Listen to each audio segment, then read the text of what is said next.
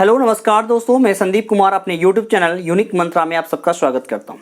और आज हम लोग पढ़ने वाले हैं क्लास 12th का प्रोबेबिलिटी टॉपिक। तो हम लोग यहाँ पर MCQ क्वेश्चंस को बताएंगे जो CBSE और जैक के लिए काफ़ी महत्वपूर्ण होंगे। स्पेशली मैं जैक बोर्ड के लिए लाया हूँ। तो ये देख सकते हैं प्रोबेबिलिटी के मैंने 9 प्रॉब्लम लिया है। तो ये 9 प्रॉब्लम को सबसे अनोखे अंदाज में मैं बताने जा रहा हूँ। तो देखता हूँ कि इसका टॉपिक का नज़रिया किस प्रकार से रहेगा। तो आइए स्टार्ट करते हैं। सबसे पहले मैं बता दूँ, ये जो प्रॉब्लम है ये 9 प्रॉब्लम काफ़ी इंपॉर्टेंट है और इसके कारण से हमने एक छाट कर बनाया है जो काफ़ी अनोखा रूप में आप लोगों के एग्जाम में पूछे जाएंगे।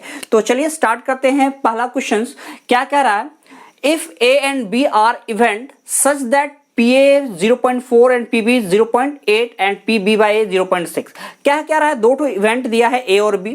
उसमें क्या है, PA का वैल्यू दिया है, PB का वैल्यू दिया और PB by A का वैल्यू दिया। तो PA by B निकालना है। तो पहले तो ये जान लो आप A by B के लिए हमें चाहिए क्या। तो आप जान लो कि प्रोबेबिलिटी A by B अगर फाइंड करना है तो हमें चाहिए PA इंटरसेक्शन B बटा प्रोबेबिलिटी PB का। अब ये देखो कि हमें हमारे पास A इंटरसेक्शन B नहीं है, केवल क्या है PB का वैल्यू हमें पता है।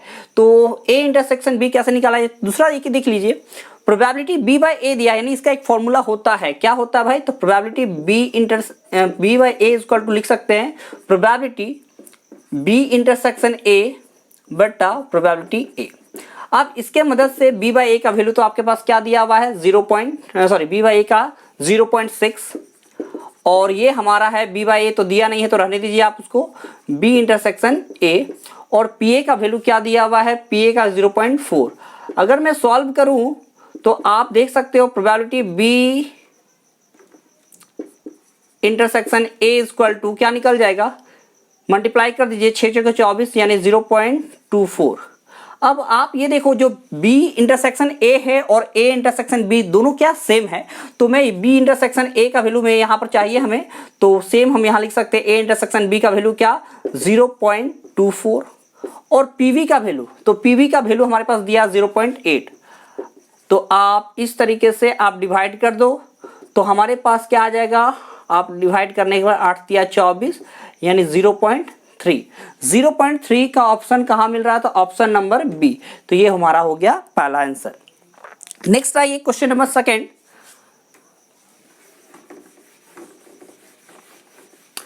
सेकंड क्या कहता है, A and be independent event, स्वतंत्र घटना है भाई। इंडिपेंडेंट है तो आप ये जान लो कि क्या कह रहा है, PA intersection B equal to PA into PB।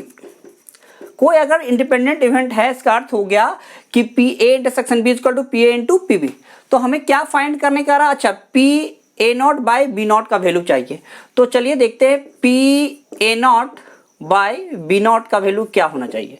तो सबसे पहले इसका आंसर होना चाहिए, इसका formula A by B conditional probability के रूल से A0 intersection B0 by probability B0।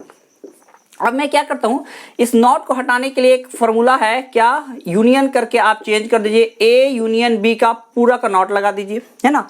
और PB नॉट को आप फिलहाल तो आप रख सकते हो या चेंज भी कर सकते हो, अभी मैं रख दिया हूं फिलहाल। अब फिर से अगला स्टेप अगर देखो तो नॉट को आप ऐसा भी लिख सकते हो 1 माइनस, किसी का ना होता है तो हाँ क्या होता है 1 माइनस हाँ। तो ये नॉट है तो 1 minus probability A union B, इसे हम लिख सकते हैं। और नीचे क्या हो जाएगा, PB का नॉट है तो इसको भी आप चाहो तो ऐसा लिख सकते हो 1 माइनस PB ना बराबर क्या होता है 1 माइनस हाँ। तो आगे फिर से देखोगे क्या होता है कि यहां से स्टेप आप केयर करना है ना, इधर से इधर कि PA यूनियन B को आप 1 का 1 रहने दो, A यूनियन B को हम लोग फार्मूला के अकॉर्डिंग लिखेंगे तो हम लोग जानते हैं PA plus PB minus PA intersection B और बट्टा में आ जाएगा 1 माइनस PB। सॉल्व अगर करते हो तो आप ऐसे हो जाएगा 1 माइनस PA, ये माइनस अंदर इन हो जाएगा PB और ये माइनस माइनस प्लस। अब देखो A इंटरसेक्शन B के जगह पर अगर इंडिपेंडेंट इवेंट है तो क्या लिख सकते हैं, PA इंटू PB। तो मैंने यहाँ लिखा PA इंटू PB और बाई में हमारे पास क्या रह गया था, तो बाई में है हमारा 1 माइनस PB। अगर आप सॉल्व करते हो आगे तो यहाँ 1 माइनस पी ए को ब्रैकेट में रख लो और यहाँ से भी आप देखो पी कॉमन ले लो प्रोबेबिलिटी बी का, तो यहाँ पर हमारा क्या आ जाएगा 1 माइनस पी ए, यहाँ से 1 माइनस पी बी। अब जब सॉल्व करोगे तो देखो क्या होने वाला है, ये 1 माइनस पी ए, यहाँ भी 1 माइनस पी ए कॉमन ले लेंगे तो 1 माइनस पी ए कॉमन हमने लिया तो क्या बचेगा 1 माइनस पी बी। ये 1 माइनस पी ए कॉमन लिया तो यहाँ बच गया 1, यहाँ बच गया पी बी। अब नीचे क्या है 1 माइनस पी बी पहले से मौजूद है। अब देखो ये और ये कट गया, क्या बचा हमारे पास 1 माइनस पी ए। तो ऑप्शन कौन सा मिल रहा है हमारा 1 माइनस पी ए, यानी ऑप्शन ए, ऑप्शन ए हमारा सही हो जाएगा। नेक्स्ट आइए क्वेश्चन नंबर 3।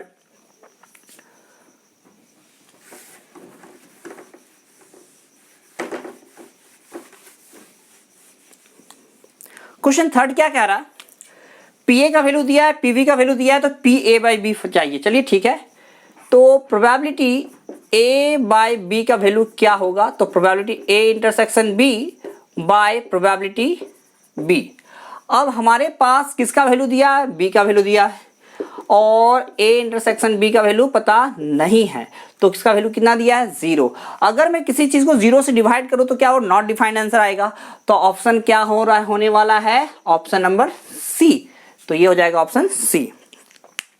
नेक्स्ट आइए, नेक्स्ट क्या कह रहा है, कह रहा है कि A and B two event such that, मतलब कि ए और बी दो इवेंट ऐसे हैं कि ए प्रॉपर सबसेट बी, यानी ए का सारा सदस्य बी में है। अगर ए का सारा सदस्य बी में है, इसका अर्थ हुआ कि ए इंटरसेक्शन बी को दोनों को मर्ज करेंगे, इंटरसेक्शन करेंगे, तो हमारा आंसर क्या आने वाला है, ए ही मिलने वाला है, क्योंकि ए का सारा सदस्य तो बी में है। तो दोनों को इंटरसेक्शन करेंगे तो क्या आएगा ए, यानी इसका अगर प्रोबेबिलिटी भी ले लूं ए इंटरसेक्शन बी का, तो किसके बराबर होगा, पी ए का। तो देखिए यहाँ पर क्या कहा है, कंडीशन क्या है कि कौन सा जो सिचुएशन है वो करेक्ट है। तो देखिए पी ए बाई बी के लेकर दिया हुआ है, तो पी ए बाई बी क्या होने वाला है, तो चलिए वो चेक करते हैं। P A by B formula क्या होना चाहिए, प्रोबेबिलिटी ए इंटरसेक्शन बी बटा प्रोबेबिलिटी पी बी। अब ए इंटरसेक्शन बी किसके बराबर है, हमारा पी ए के बराबर, और नीचे क्या है पी बी। तो ये option P A by B बराबर पी ए बटा पी बी, तो कहाँ मिल रहा हमारा ऑप्शन, ऑप्शन ए, ये हो गया हमारा करेक्ट ऑप्शन। तो आइए नेक्स्ट प्रॉब्लम हो जा रहा है क्वेश्चन नंबर 5। क्वेश्चन 5 क्या कहा जा रहा है कि प्रोबेबिलिटी दैट ए स्पीक, मतलब कह रहा है कि प्रायिकता बता रहा है कि ए, मतलब एक बंदा है, स्पीक ट्रूथ इज 4/5, मतलब सच कहने की घटना का प्रायिकता क्या है 4/5 है। एक कॉइन को टॉस किया जा रहा है, a report that a head appear, और रिपोर्ट किया जा रहा है कि हेड आ रहा है, तो इसकी क्या that the probability that actually there head was head and the probability the actually there was head is, तो इस प्रायिकता ये निकालो कि वो हेड ही है, इसकी क्या प्रायिकता। तो सिंपल सी बात आप देखो, एक्चुअल में ये जो प्रॉब्लम है ना, ये जो बेस थ्योरम के रूल से बनेगा। अगर हम थ्योरम के रूल से अकॉर्डिंग बनाए तो ये लंबा बनेगा, बट यहाँ पर माइंड गेम है, थोड़ा सा ध्यान देखोगे तो आंसर आप चुटकी भर में दे सकते हो। क्या कह रहा है, सच बोलने की प्रायिकता कितनी है 4/5। अब रिपोर्ट कर कॉइन को टॉस किया जा रहा है और रिपोर्ट कर रहा है कि हेड आ रहा है। रिपोर्ट कर रहा है तो ये जरूरी नहीं कि हमें पता नहीं है कि वो हेड ही आया हुआ था, ठीक है। तो प्रोबेबिलिटी रिपोर्ट क्या कर रहा है कि हेड आ रहा है, ठीक है भाई, हेड आ रहा है रिपोर्ट, और इसकी प्रायिकता है कि एक्चुअली वो हेड ही था। अगर रिपोर्ट कर रहा है हेड और हेड ही आया, मतलब वो हो सकता है कि टेल भी बोल सकते हैं, यानी वो पता नहीं है सच बोल रहा है कि झूठ बोल रहा है, लेकिन यहाँ पर दिखा रहा है कि प्रोबेबिलिटी है कि वो हेड ही होगा और हेड ही आया होगा, यानी वो क्या कर रहा है, यानी सिचुएशन तो सही कहा रहा है, ट्रूथ का। तो जब ट्रूथ बोल रहा है हेड में हेड आने की प्रायिकता को हम लोग 4/5 डायरेक्ट आंसर मारेंगे 4/5, ठीक है। तो नेक्स्ट आइए, नेक्स्ट क्वेश्चन क्या कर रहा है, the probability of A B and C of solving a problem are 1/6, 1/5 and 1/3। क्या कह रहा है कि ए और बी और सी तीन बंदा है, जिसका किसी भी प्रॉब्लम को सॉल्व करने की प्रायिकता क्या बता रहा है 1/6, 1/5 और 1/3, यानी कोई भी ए जो है प्रॉब्लम को सॉल्व करने की इसकी क्षमता है 1/6, और पी बी करेगा 1/5 और पी सी करेगा 1/3। तो what is the probability that the problem is solve, इसकी क्या प्रायिकता है कि प्रॉब्लम सॉल्व हो जाएगी। तो देखो सिंपल सी बात है, ऐसे बनाएंगे तो बहुत अलग मेथड बन सकते हैं। सिचुएशन कोई दो ही होंगे, या तो प्रॉब्लम सॉल्व होंगे या प्रॉब्लम सॉल्व नहीं होंगे। और हाँ और ना की प्रायिकता कितनी होती है, एक। दोनों को अगर हम जोड़ दिया जाए तो क्या होगा, एक। तो यानी अगर हमें निकालना है प्रॉब्लम इज सॉल्व की प्रायिकता, प्रॉब्लम प्रायिकता क्या निकालनी है, प्रॉब्लम इज सॉल्व, है ना, प्रॉब्लम इज सॉल्व। तो इसका मतलब है कि 1 माइनस प्रोबेबिलिटी लिखाना है, प्रॉब्लम इज नॉट सॉल्व, है ना, प्रॉब्लम इज नॉट सॉल्व। तो आप देखो कौन से कंडीशन में सॉल्व नहीं होगा, जब तीनों बंदा नहीं बना पाएगा तभी सॉल्व नहीं होगा। यानी P A not into P B not into P C not. अब अगर ये हाँ की प्रायिकता है तो आप इससे ये भी तो निकाल सकते हो, ए नॉट ना की प्रायिकता कितनी हो जाएगी, एक में 6 घटा दो 5/6। पी बी का नॉट की प्रायिकता कितनी हो जाएगी, 1/5 है तो 4/5, यानी एक में 5 घटा दो। और पी सी की नॉट का प्रायिकता कितनी हो जाएगी, 1/3 है तो 2/3। यानी सबको नॉट वाले को सॉल्व करते हैं, अगर लगा देते हैं 5/6, 4/5, 2/3, तो ये 5 कट गया, ये 2 3 जा 6 कट गया, तो हमारा पास आ गया 1/4/9। एलसीएम सॉल्व करें, 9 1 जा 9 में 4 गया 5/9, यानी ये जो 5/9 आई यही आंसर हमारा हो जाएगा आंसर। यानी प्रॉब्लम सॉल्व होने की प्रायिकता कितनी हो जाएगी, 5/9। कहाँ है 5/9 ऑप्शन, तो ये हमारा ऑप्शन बी है। तो ये हमारा 6ठा नंबर भी प्रॉब्लम सॉल्व हो गया। आइए नेक्स्ट 7वां नंबर प्रॉब्लम, वो क्या कह रहा है,